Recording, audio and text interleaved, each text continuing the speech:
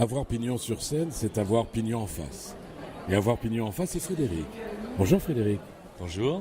Alors Frédéric, pour les amoureux du cheval et les amoureux tout court, il faut savoir que Frédéric Pignon, car c'est son nom, aime le cheval. Il en fait une des qualités les plus sûres du monde, celle qui maintenant invite peut-être, la fédération à s'interroger sur la qualité des artistes dans le cheval. Vous êtes avec moi, mais dites-moi, je suis content de vous rencontrer ici, Cheval Passion. La passion du cheval, bien sûr.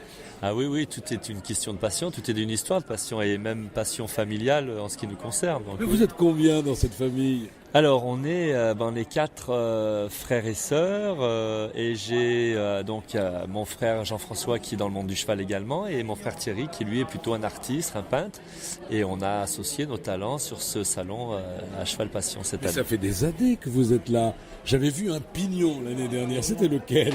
Alors c'est ça, un coup quand c'est pas moi c'est Jean-François. Non, c'est pas vrai, je me trompe à chaque fois parce que vous savez. Alors je vais expliquer quand même à nos auditeurs que la scène est grande, on prend des photos, on ne sait pas qui.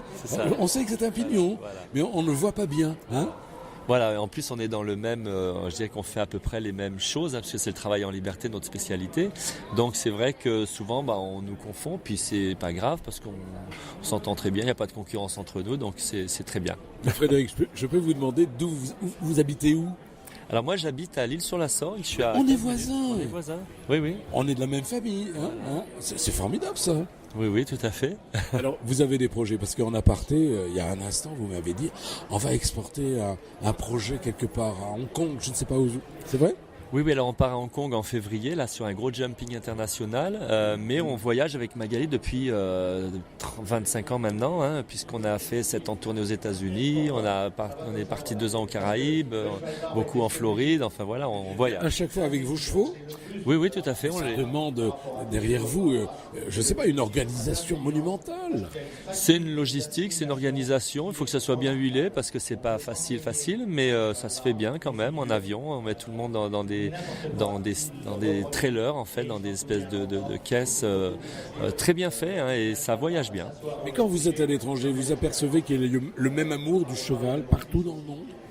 Alors ça c'est très universel finalement, on se rend compte que je dirais que le mythe du cheval il est dans l'humanité, on va dire chez l'homme depuis des siècles et on le voit dans les histoires, on le voit dans les contes, on le voit dans tout ce qui fait dans chaque civilisation, je dirais humaine, il y a le cheval est présent sous différentes formes, mais il y a toujours l'aspect de liberté de rêve chez le cheval.